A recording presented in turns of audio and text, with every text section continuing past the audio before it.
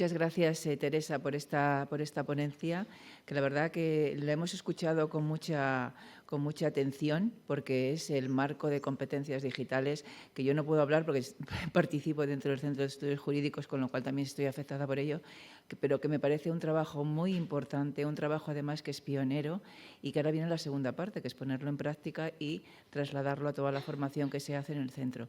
Así que muchísimas gracias por esta ponencia tan interesante que nos ha servido a todos para ponernos un poco al día de qué es este marco de competencias digitales. Bueno, ahora ya una vez finalizada esta ponencia pasamos a las conclusiones de los grupos de trabajo hasta la 1:30 aproximadamente, que ya se cerrará el congreso con la intervención del secretario general de Justicia. Muchísimas gracias.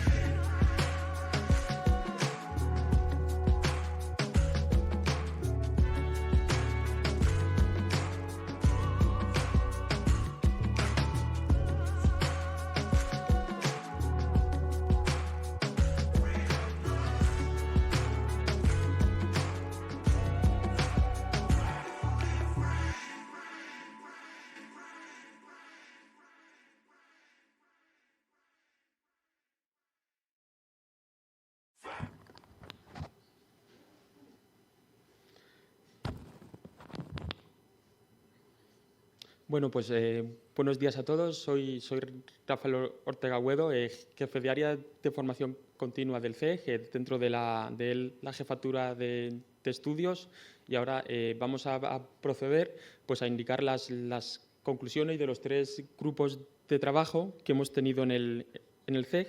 Y entonces empezaremos pues, por el primero de ellos, que es el grupo de trabajo de detección de necesidades formativas.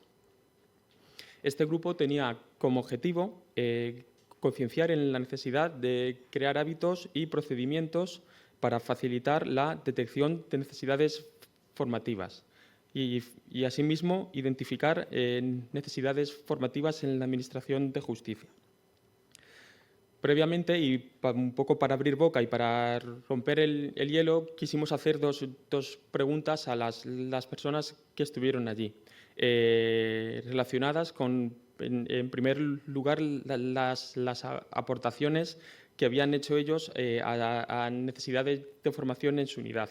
Entonces, que sí que vimos pues, con alegría que bueno, pues, al menos alguna vez, e incluso siempre, o sea, que están implicados en realizar aportaciones de necesidades de formación en su unidad.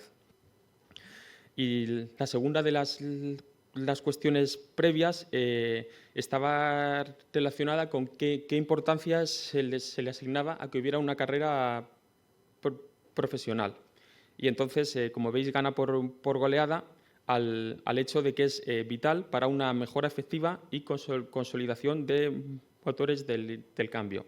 Creo que esta idea de gente que aportaba en el grupo y que consideraba vital la formación, pues fue positiva para ahora las conclusiones que vamos a ver. Entonces, bueno, como veis, todo esto pues lo cristalizamos en primer lugar en cuanto a las conclusiones del tiempo y de los mecanismos de detección de necesidades formativas. Arrancando primero por lo previo, sí que vimos que existen una serie de problemas en la formación en línea en general que están relacionados con que deben existir medios materiales y con que debe haber una configuración adecuada de los sistemas informáticos y de las comunidades autónomas. Es algo que, claro, cuando hay una formación en línea a la cual no se puede acceder desde el puesto de trabajo, pues es algo que es frustrante y que limita en gran medida la difusión de esta. Entonces, por ejemplo, nosotros en el CEG intentamos en las convocatorias indicar qué requisitos tienen que tener los equipos y para que los propios centros de atención a usuarios de los juzgados o de los ministerios o comunidades autónomas pues puedan tenerlo en mente y un poco adaptarlo. Nos pareció interesante un mecanismo que tienen en el CEGFE, que tienen un buzón específico para recopilar necesidades de formación. Cualquiera puede enviar a ese buzón pues una necesidad de formación y nos pareció útil. Desde el CEG hicimos aprovechamos este tiempo para indicar que tenemos un mecanismo de detección de necesidades en tres niveles: institucional, profesional y de base, y que recogemos fichas con información precisa y concreta. También indiqué desde el área de formación continua que nos parece que un buen indicador es el número de solicitudes. Una actividad que tiene 5 veces más solicitudes que las plazas, pues te da una idea que hay un interés que es real y que habría que repetirla en ediciones.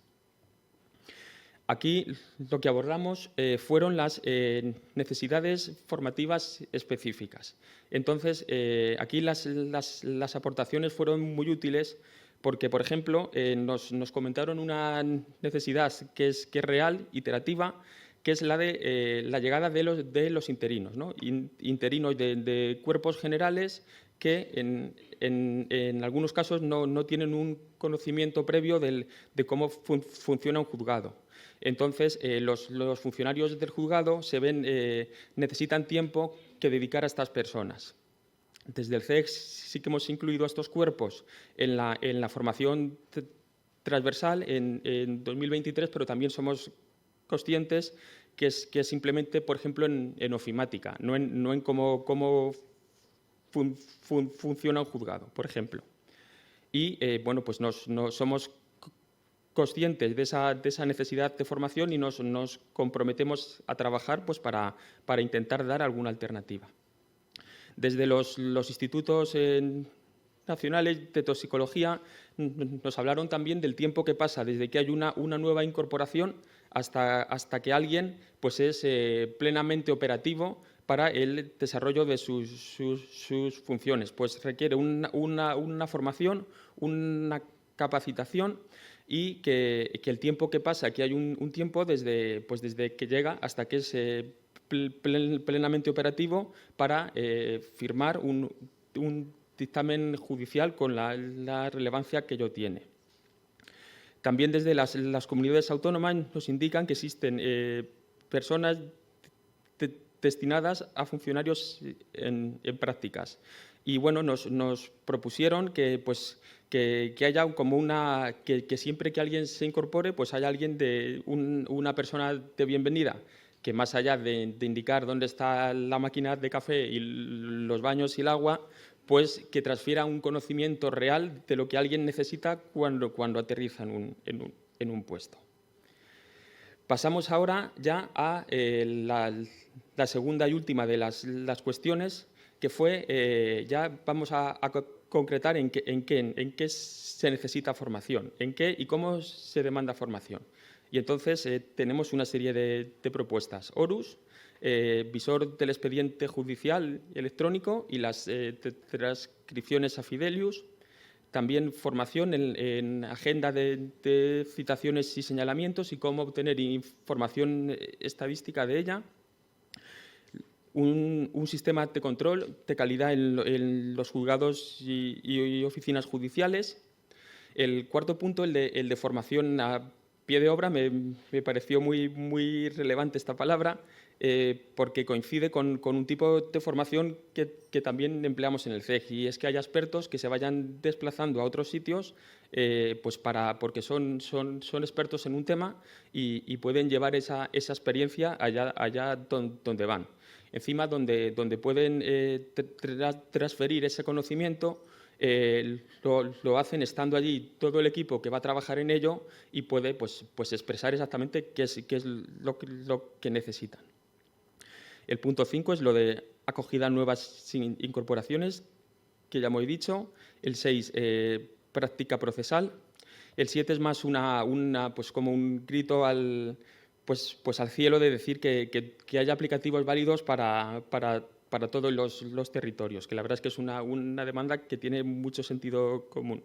Y nos hicieron una petición expresa al CEG de canalizar y liderar la formación. Entonces, pues bueno, desde el CEG insistimos en que tenemos esa detección de necesidades de base y que nos podéis hacer llegar cualquier necesidad de formación que tengáis, aparte de estas que hemos recogido. Y finalmente, ya la última, otros temas, digitalización del ecosistema judicial y la petición 10, que me parece interesante, porque es que la formación tenga una duración válida para carrera profesional y concursos. Quizá un curso que sea muy interesante, pero tenga un número de horas que no valga para ello, pues bueno, al final es una formación que igual sirve menos al funcionario y resulta menos alentadora. También que haya certificados de aprovechamiento, para lo cual pues ya tenemos en el CEG, desde este año hay una implantación gradual y ya en 2023 no sabría daros un porcentaje, pero al menos un tercio de las actividades ya tienen un certificado de aprovechamiento, y no porque haya otras que lo precisen y no lo tengan, sino son porque las que tienen pues una prueba de evaluación que permite esta certificación. Finalmente, los últimos 4 puntos, que no quiero extenderme mucho, es actividades de gestión de equipos humanos y liderazgo, y la necesidad de incentivar la formación en línea. Indicaban que resulta estresante tener un curso de formación en línea que exige atención en vivo y en directo cuando estás trabajando, que realmente que te vuelve loco, ni estás a una cosa ni a otra. Entonces, pues tenemos que ver cómo podemos ofrecer parte de esa formación a demanda, como ya tenemos, es una opción que ahora mismo podemos ofrecer, e indicar también que ya en el CEG pues hay un 50% de la actividad que es presencial, pero una mitad que bueno, pone presencial, quería decir no presencial. Y finalmente, últimos puntos, considerar las dificultades de la formación en línea en las horas de trabajo, y una petición expresa de facultativos y médicos forenses que pueda haber una ayuda a la investigación de cada una de las personas. Y nada más por mi parte. Pasamos ahora al siguiente grupo de trabajo. Patricia.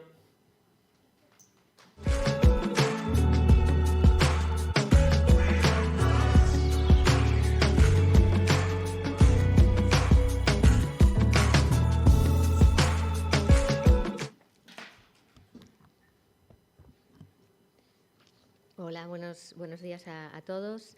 Para mí fue un placer dinamizar el grupo de trabajo de transferencia de conocimiento al puesto de trabajo en la Administración de Justicia. Antes de ponernos a trabajar, bueno, quiero indicar también que el grupo de trabajo fue, desde mi punto de vista, más para abajo, es que claro, Rafa es como muy alto y yo soy muy pequeña. ¿Y hablo más alto? Vale. Las personas que participan en el grupo de trabajo, todas pertenecían a la Administración de Justicia, y además 2 de las personas son docentes en actividades de la Administración de Justicia, ¿no? Con lo que creo que las aportaciones eran muy interesantes. Respecto a la oferta actual, hicimos 2 preguntas, que si la oferta actual estaba enfocada al puesto de trabajo. Hay una división de opiniones, un poquito como el 50% decían que no, que en nada, y en eso tenemos que ver, quizá desde el CEG, nuestro aprendizaje, a qué carreras, qué posiciones tenemos que atender de una manera que ahora no lo entendemos, y otro 50% era que sí, que la oferta que recibían, que estaba muy alineada con las actividades que realizaban en su puesto de trabajo.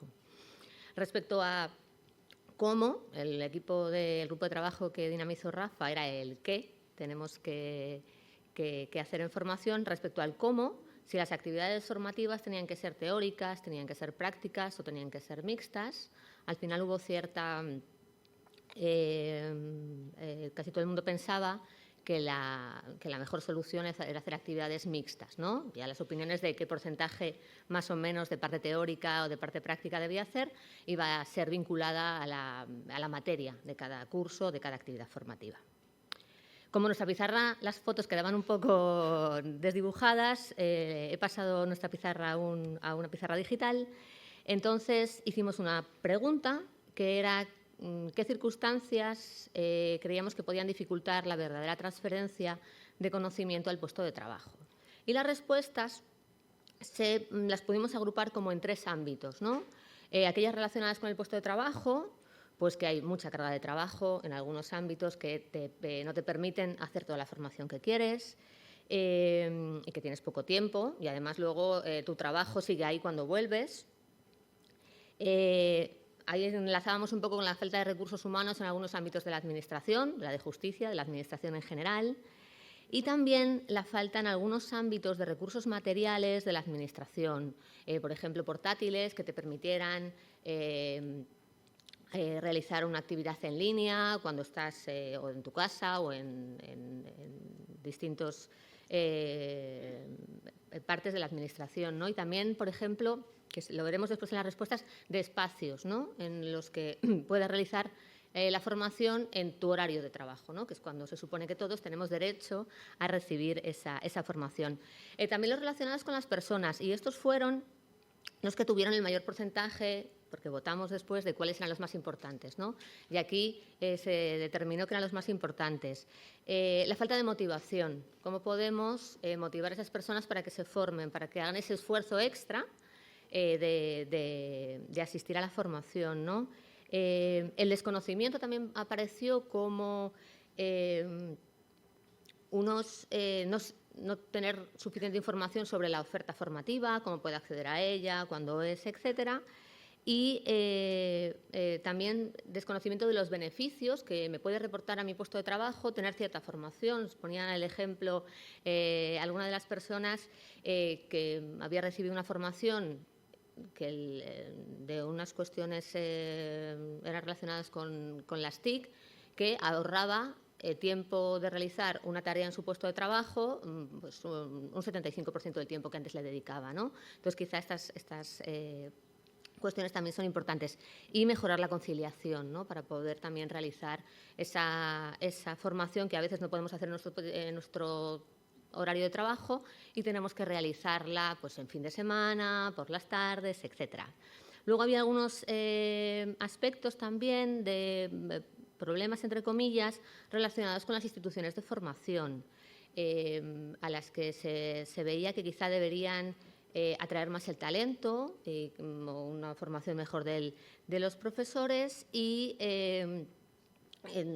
relacionado con lo que veíamos anteriormente, ese desconocimiento de la oferta de formación, ¿no? Y trabajamos en soluciones concretas que podíamos plantear a esos problemas detectados. Había un problema que se habló también mucho, entre todas las personas estaban de acuerdo y que se habló ayer en una de las mesas, que es necesario modificar el sistema de acceso a la función pública, ¿no?, para directamente, porque hay muchas cosas que tenemos que mejorar en esas capacidades o competencias que tienen que tener las personas que inician su labor en la Administración. De los problemas relacionados con el puesto de trabajo, ¿qué soluciones concretas plantea el grupo de trabajo? Son muy interesantes. Una de ellas era el respeto que tenemos que pedir a nuestros superiores, pero también nos tenemos que pedir a nosotros mismos, de tiempo necesario para la formación, porque a veces estás haciendo una actividad formativa, pero tienes mucho trabajo, pero es en línea y en lugar de estar totalmente concentrado, ¿no? Vivimos en la era de la dispersión, los niveles de concentración de las personas ya están estudiados han bajado mucho, pues estamos contestando un teléfono, estamos escribiendo un correo, etcétera, ¿no? Entonces, era importante poner un poco el foco en eso. También se hablaba de la flexibilidad horaria en la jornada laboral, ¿no?, que podamos flexibilizar nuestro horario si estamos realizando una actividad formativa, para que nos permita compaginar nuestro trabajo, la actividad formativa y nuestra vida. Y también el horario de las actividades formativas, ¿no?, quizá poder tener actividades formativas que puedan ser un poquito más flexibles en cuanto a plazos, a tiempo, a desarrollo, etcétera. También se habló de establecer un porcentaje de tiempo, que pudiera ser obligatorio, que tuviera que dedicar todas las personas a la formación. Porque también se estuvo hablando que hay personas que tienen menos carga de trabajo y tienen mayores oportunidades para formarse, y las que tienen más carga de trabajo, pues a veces eso lo van relegando un poco, ¿no? Y quizá esto fuera una de las soluciones que se podía dar a esta circunstancia. Y también esos espacios en los centros de trabajo, que tuvieras un aula, que tuvieras una sala, en que tengo una videoconferencia de una actividad formativa, me puedo ir ahí, estar tranquilo. No voy a estar, a veces todos trabajamos ahora cada vez más en espacios tipo pradera, pues están todos tus compañeros trabajando muy ocupados y tú estás en tu formación y a veces te sientes un poco como mal, ¿no? Sabiendo que hay mucho trabajo también que hacer, o pues atiendes a un compañero que te hace una duda, suena el teléfono y tienes esa tentación de coger el teléfono y de continuar trabajando, ¿no? Respecto a los problemas relacionados con las personas, se ha hablado de, creo que es también muy importante, de asociar la promoción con la formación realizada, ¿no? Casi todas las personas estaban de acuerdo que ahora, cuando tú quieres promocionar a una plaza, lo hablaba también con los certificados Rafa, lo que más prima es la antigüedad y luego unas horas de actividades formativas, pero que son bastante variadas, ¿no? Depende de cada concurso, lo establece, pero son muy variadas. Y además, íbamos más allá y se hablaba de valorar el perfil en la asignación de puestos, es decir, promover de alguna manera la especialización transversal. Si a mí me gusta mucho un tema y yo me formo para ser mejor profesional en ese ámbito, que se tenga en cuenta toda la formación y todo el esfuerzo que yo he hecho para ocupar una plaza de ese ámbito, ¿no? Y quizás así también conseguiríamos pues, un mejor desempeño en esas plazas específicas, ¿no? Se hablaba también de incluir perfiles en las RPTs, que necesitará cierta formación.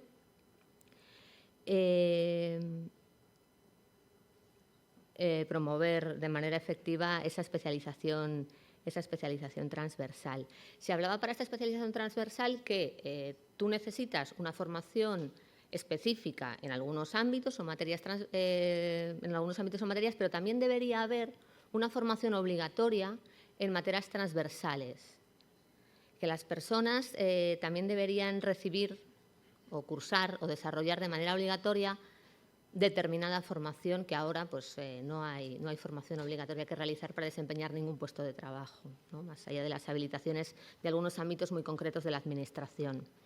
Y también se habló de una situación que es formalizar, institucionalizar la formación de acogida que en muchas unidades realiza pues, la persona pues, que es más empática, que conoce mejor los procesos de trabajo, a las personas, se ha hablado antes, a las personas interinas que se incorporan ahora, que hay como cierta posibilidad, o a las personas que llegan de nuevo ingreso, o a la movilidad del personal dentro de diferentes ámbitos de la Administración. Pues la propuesta es formalizar de alguna manera esa formación que realizan las personas de una unidad y que es en detrimento, además, de unas horas que dedican y su trabajo, pues lo que hablábamos, sigue ahí y luego tienen que dedicar más horas a su trabajo, que no han hecho por hacer esta tarea, y gratificarlo de alguna manera, ¿no? Se hablaba de que quizá económicamente es muy complicado, pero que hay otras muchas maneras de poder gratificar estos servicios y realmente pues, la formación de las personas que llegan nuevas a las unidades podría ganar bastante en calidad, ¿no? No, seguro que ahora es estupenda, pero realmente mejoraría en cierta manera. Y con esto son más o menos las propuestas que hizo el grupo de trabajo. Y ahora pasamos al grupo de trabajo de formación y gestión del cambio con Paula. Muchas gracias.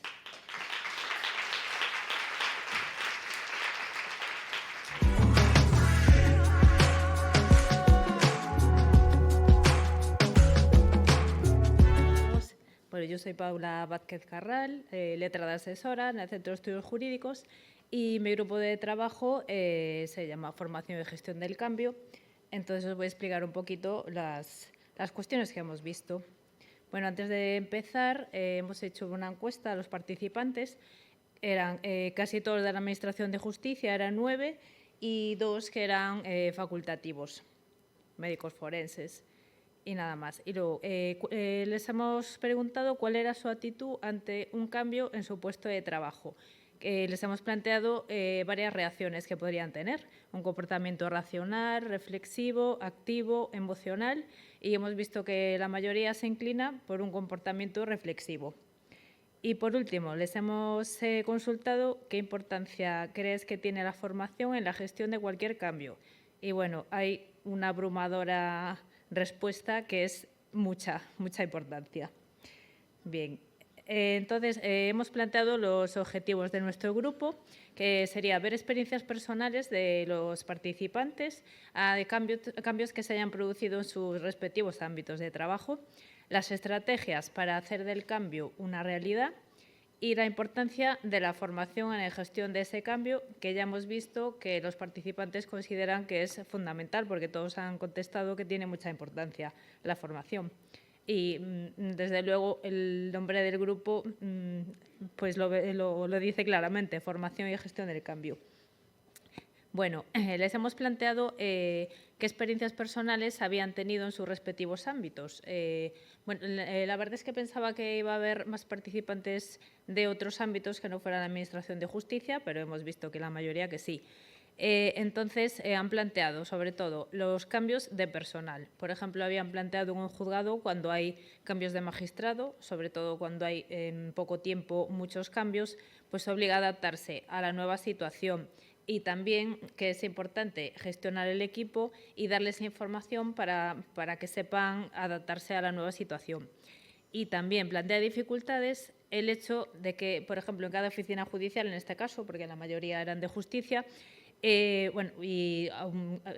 puede aplicarse a cualquier tipo de oficina, que se trabaje de forma distinta en cada sitio. Y eso es verdad, yo por experiencia personal cambia mucho estar en un órgano que en otro, porque aparte de la aplicación de la ley, que es igual, hay muchas cosas que se hacen de distinta forma. Y, por ejemplo, han planteado que puede ser que en una oficina judicial puedan teletrabajar y en otra no, entonces tienen que adaptarse a esas circunstancias.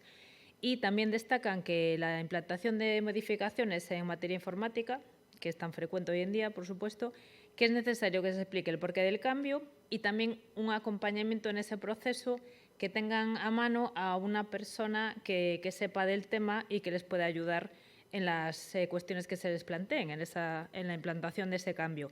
Y además que tengan una información adecuada. Y se han citado como ejemplo pues, la implantación de la nueva oficina judicial, en este caso han hablado en Segovia, y también destacan la colaboración que hay que tener en los procesos de implantación a cualquier cambio, colaboración en el equipo de que se trate. Entonces, les hemos planteado la importancia de cada uno de los pasos que se deben dar en la implantación del cambio. Les hemos planteado varias cuestiones y ellos consideran que es muy importante crear un sentido de urgencia del cambio, de necesidad de ese cambio, y asumirlo por el equipo de que se trate en cada momento y aceptarlo. Y también es muy importante un líder que gestione el cambio y el compromiso de todos los intervinientes en el cambio de que se trate. Y también se destaca la importancia de la formación, otra vez, porque desde luego que se ha incidido muchísimo en la formación y también en la información previa a la implantación de ese cambio, que se explique el sentido de ese cambio, el porqué, que también sería muy importante a la hora de consolidar el cambio en cuestión. Y también que esté muy sincronizado la